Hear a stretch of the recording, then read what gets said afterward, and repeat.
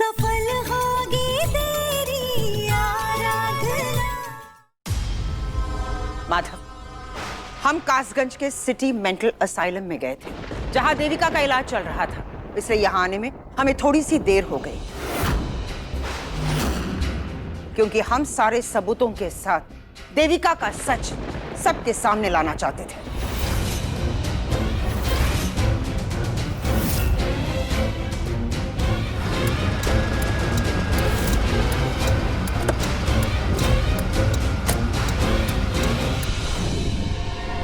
मैं सिस्टर जूली हूँ और ये सही कह रही है।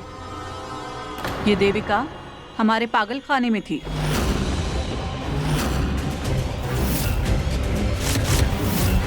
और पिछले कई सालों से इसका वहां इलाज चल रहा था।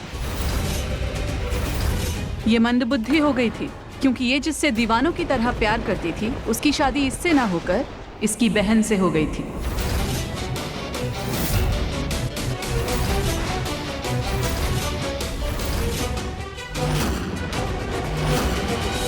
ये सब झूठ है।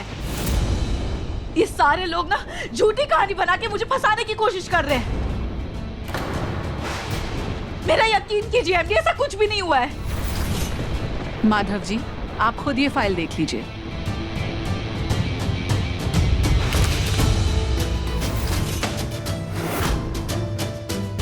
ये बहुत ही खतरनाक लड़की है, किसी को भी चोट पहुंचा सकती है। उसी लड़के के प्यार का जुनून इस कदर देविका के सर पर सवार था कि कभी कभी वो अपने गुस्से में बेकाबू हो जाती थी और किसी को भी नुकसान पहुंचा देती थी। इसी गुस्से में एक बार उसने हमारे अस्पताल में भी किसी पर हमला किया था।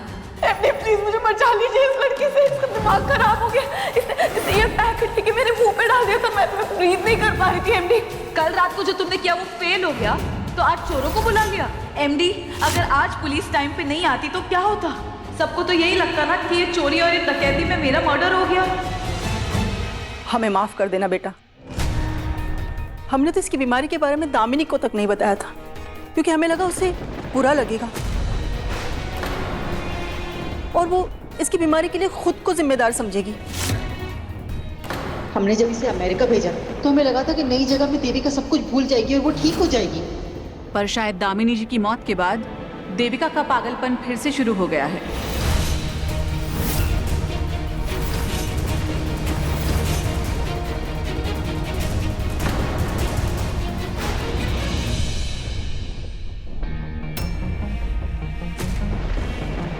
हाँ माधव, ये आराधना का अथक प्रयास और विश्वास का नतीजा है कि तू आज बच गया। वरना आज अगर तेरी शादी देविका के साथ हो जाती तो न जाने इस घर में और क्या क्या अनर्थ होता।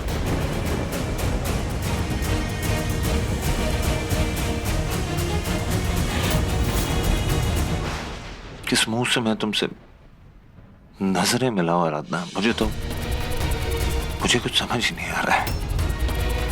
मैंने तुम्हें इतने दुख दिए जिसका मुझे कोई अंदाजा ही नहीं, लेकिन तुमने कभी हार नहीं मानी। मुझे और मेरे परिवार को बचाने के लिए कितना कुछ झेला है तुमने।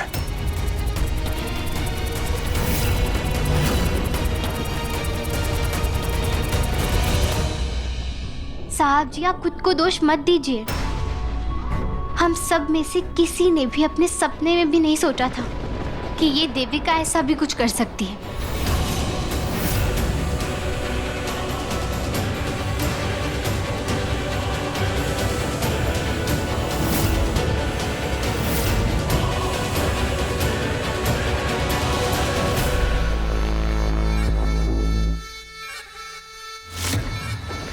तुम्हारी वजह से ऐसा हो रहा है ना?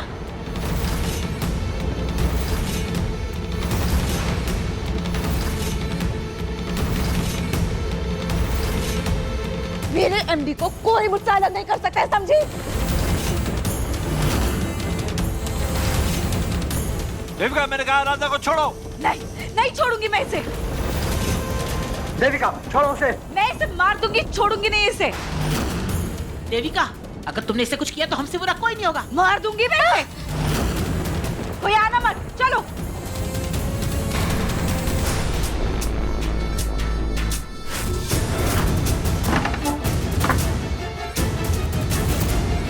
हिलना मत।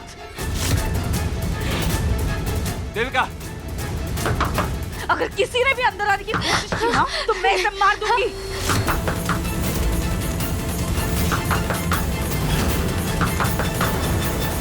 देविका दरवाजा खोलो। देविका दरवाजा खोल। देविका दरवाजा खोलो। क्या पागल बन, दरवाजा खोलो देविका।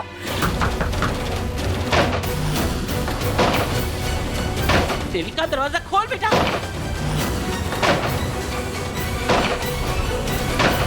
देविका देखो, तुम्हारी दुश्मनी मुझसे है ना, तुम्हारा गुनहगार मैं हूँ, आराधना नहीं। ये क्या पागलपन लगा के रखा है देविका? शादी से पीछे मैं हटा था, जो सजा देनी है मुझे दो। दरवाजा खोलो। चलो चलो, मैंने कहा चलो। चलो मैंने कहा चलो। देविका चलो मैंने कहा चलो चलो। देविका आराधना को कहाँ लेके जा रही हो तुम?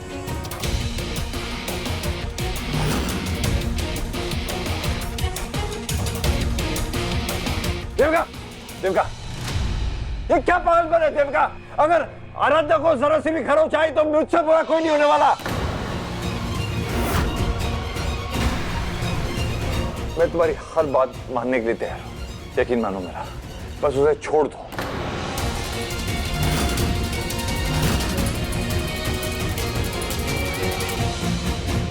आखिरकार तुम जीत ही गई ना आराधना। पिछली बार दामिनी ने एमडी को मुझसे छीना था और इस बार तुमने। मेरे और एमडी के बीच आके अच्छा नहीं किया। आपको जो करना है कर लीजिए देविका, आपसे डरती नहीं हूँ मैं। मुझे सिर्फ साहब जी को आपके चंगुल से बचाना था, जो कि मैं कर चुकी हूँ। आपकी किसी भी धमकी से मुझे अब फर्क नहीं पड़ता है। अच्छा, तुम्हें क्या लगता है हाँ, मैं तुम्हें खुशी खुशी एमडी के साथ जीने दूंगी? नेवर। अगर एमडी मेरे नहीं हो पाए ना तो मैं उन्हें किसी का नहीं होने दूंगी। आप होती कौन हो इस बात का फैसला करने वाली? हाँ, वैसे भी तुम्हारा खेल अब खत्म है देविका। मुझे इस तरह मारकर आपको कुछ हासिल नहीं होने वाला है। इस घर से आपको जाना ही होगा और अब आप चाहकर भी साहब जी को नुकसान नहीं पहुंचा सकती।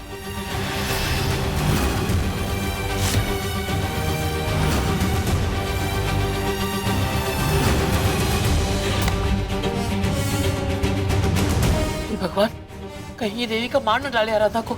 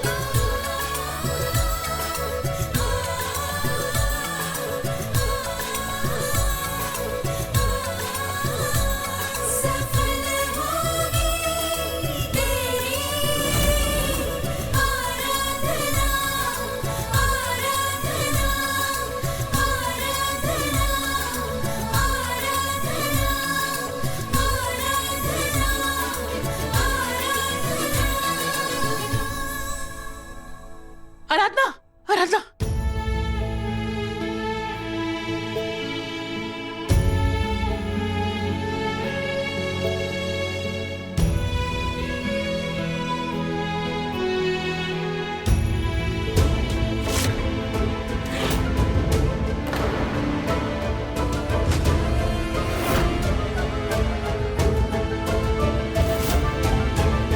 भैया मैंने पुलिस को कॉल कर दिया था।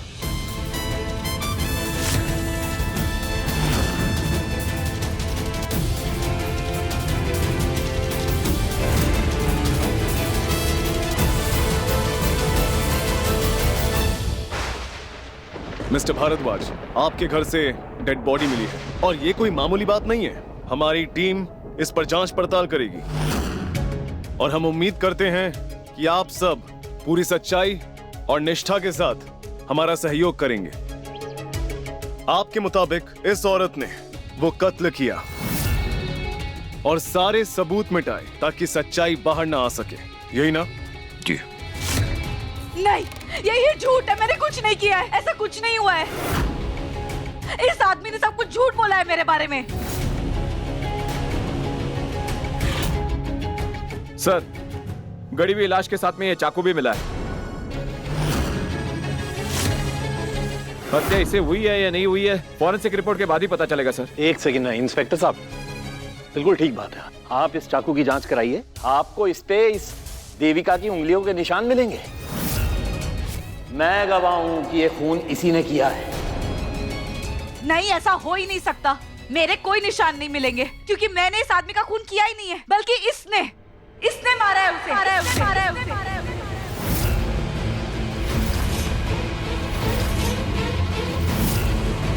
इंस्पेक्टर, आप अच्छे से चेक कीजिएगा। मर्डर वेपन में आपको प्रशांत के फिंगरप्रिंट जरूर मिलेंगे। सर, इस पे पी का साइन गुंदा हुआ है। पी का मतलब? पी फॉर प्रशांत इनका नाम है।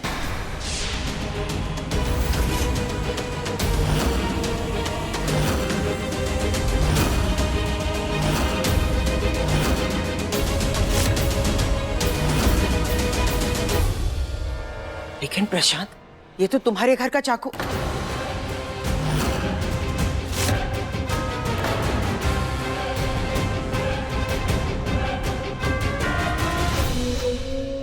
मेरे घर का चाकू यहाँ कैसे आया? तुम मुझे बेवकूफ समझ रहे थे प्रशांत।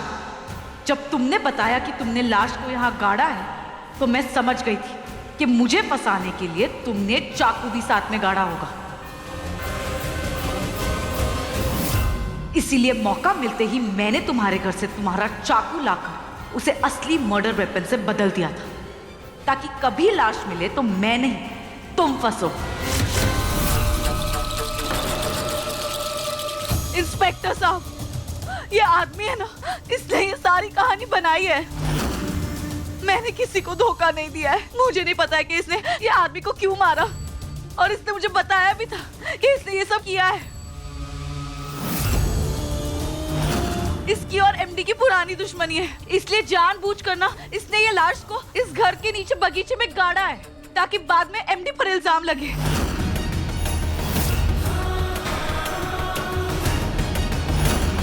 और जब आज वो नहीं हो पाया, इसने पूरा इल्जाम मुझ पर लगा दिया।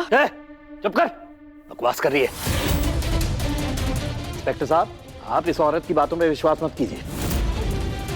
आप जानते हैं ना मैं कौन हूँ। मैं बरेली का एक शरीफ नागरिक हूँ और एक समय में यहाँ का एमएलए भी रह चुका हूँ। अरे मेरी एक बहुत ही साफ सुथरी इमेज है इस शहर में। हाँ ठीक है कि जब इसने ये मर्डर किया, मुझे तभी पुलिस को इसके बारे में रिपोर्ट करनी चाहिए थी। ये मेरी गलती है, लेकिन इसके पीछे मेरा कोई और मकसद नहीं था इंस्पेक्टर साहब। प्रशांत, प्लीज बस करो। अरे तुम्हारे बारे में पूरा शहर जानता है, तुम्हारे कारनामे सब जानते हैं। इंस्पेक्टर के सामने ये सब चिकनी चुपड़ी बातें करके ना उन्हें बहकाने की कोशिश मत करो। इंस्पेक्टर साहब, आपको मुझे देख के ऐसा लगता है क्या मैं इतनी मासूम नाजुक लड़की हूँ? मैं किसी की जान ले सकती हूँ क्या? किसी को मार सकती हूँ मैं? किसी को मार के बगीचे में गड्ढा खोदकर उसकी लाश दफना सकती हूँ क्या मैं? इंस्पेक्टर साहब, मुझे लगता है कि आपको इन दोनों को गिरफ्तार कर लेना चाहिए।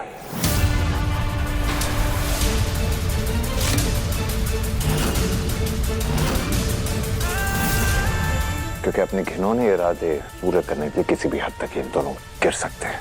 माधव दास, देविका, दिखा दी ना तुम्हारे भाई ने अपनी औकात। हाँ? दिखा दी तुमने अपनी औकात। मैं तेरी बहन के कहने पर यहां आया था ताकि तेरी मदद कर सकूं, लेकिन सोचा है तू इस पागल लड़की से शादी करने वाला था ना?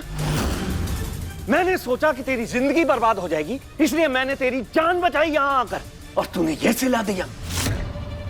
मैंने सोचा भले ही हमारे रिश्ते में कितनी भी दरार हो, लेकिन तू है तो मेरा साला ही, हम एक ही परिवार हैं, तो क्यों ना तेरी मदद की जाए। और उसका ये सिला दे रहा है तू मुझे जेल पहुंचाएगा। माधव, रुक जाइए, क्या कर रहे हैं आप लोग?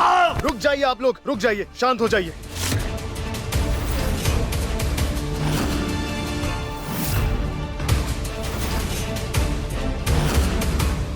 तुम्हें क्या लगता है मैं तुम्हारे इन झूठे ढकोसलों में आ जाऊंगा?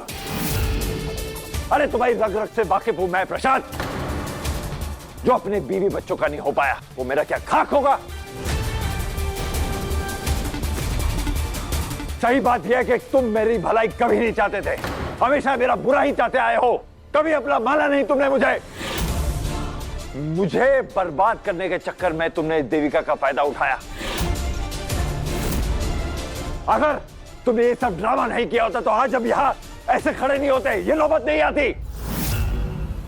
अरे बेगुनाह इंसान की मौत हो गई है इधर।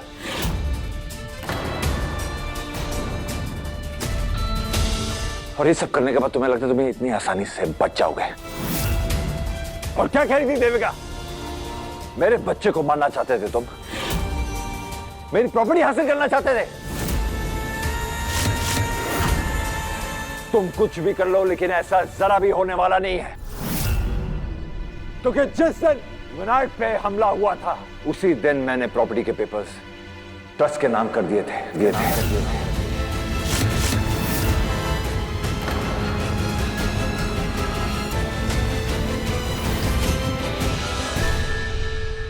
और वो 18 साल बाद विनायक के होंगे। मैं अच्छी तरह जानता हूं कि तुम दोनों की ये रली मिली हरकत है। सजा इन दोनों को बराबरी की मिलनी चाहिए।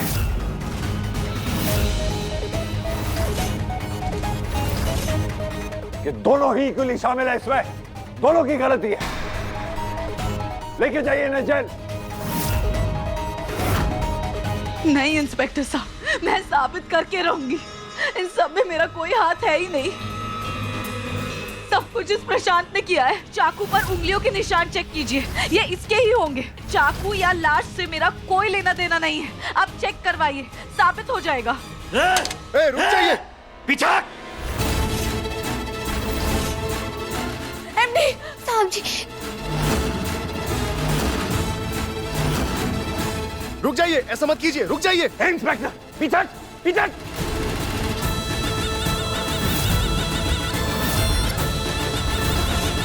प्रशांत, शांत हो जाओ, ये क्या कर रहे हो तुम?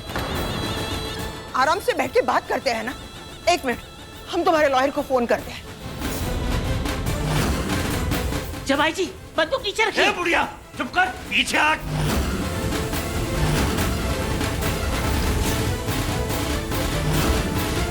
मैं बेवकूफ था मेनका, जो तुम्हारे कहने पर यहां चला आया। आज तो मैं इस किस्से को खत्म ही करके रहूंगा। साहब जी, अरे दवा, रुक जाओ, पीछे हटाओ, पीछे हटाओ, पीछे हटाओ, सब पीछे हटाओ। हाँ? आज मेरे साथ जो होना है सो हो, लेकिन तुझे मैं खत्म करके रहूंगा। भले ही मैं जेल में जाऊंगा, लेकिन मुझे ये तसल्ली रहेगी कि तू इस दुनिया में ही नहीं है।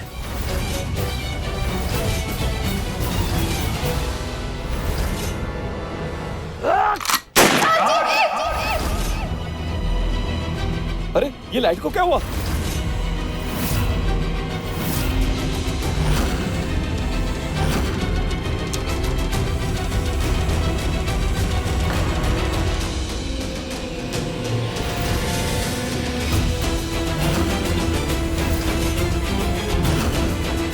साहब जी, भाग गया, पकड़ो उसे, चलो जल्दी।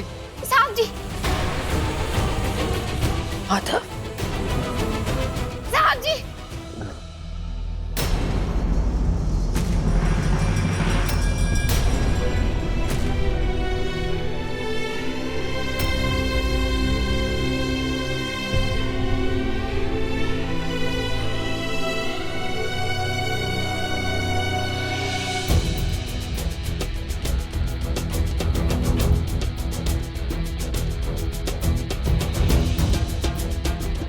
ठीक तो है?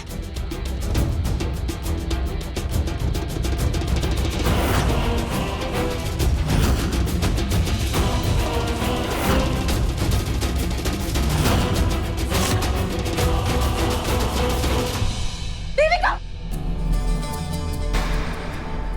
हे भगवान, ये क्या कर दिया? एमडी कहाँ है? एमडी,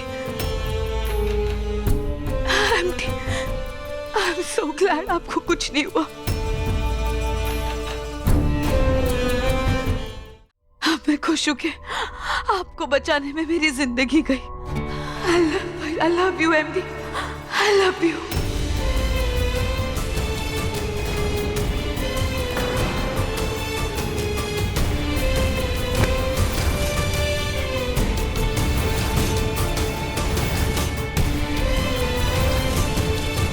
मैं जानती हूँ बेटी ने सब कुछ गलत किया है, लेकिन सिर्फ इसलिए कि वो एक मानसिक रूप से बीमार लड़की है और उसने सिर्फ तुमसे प्यार किया।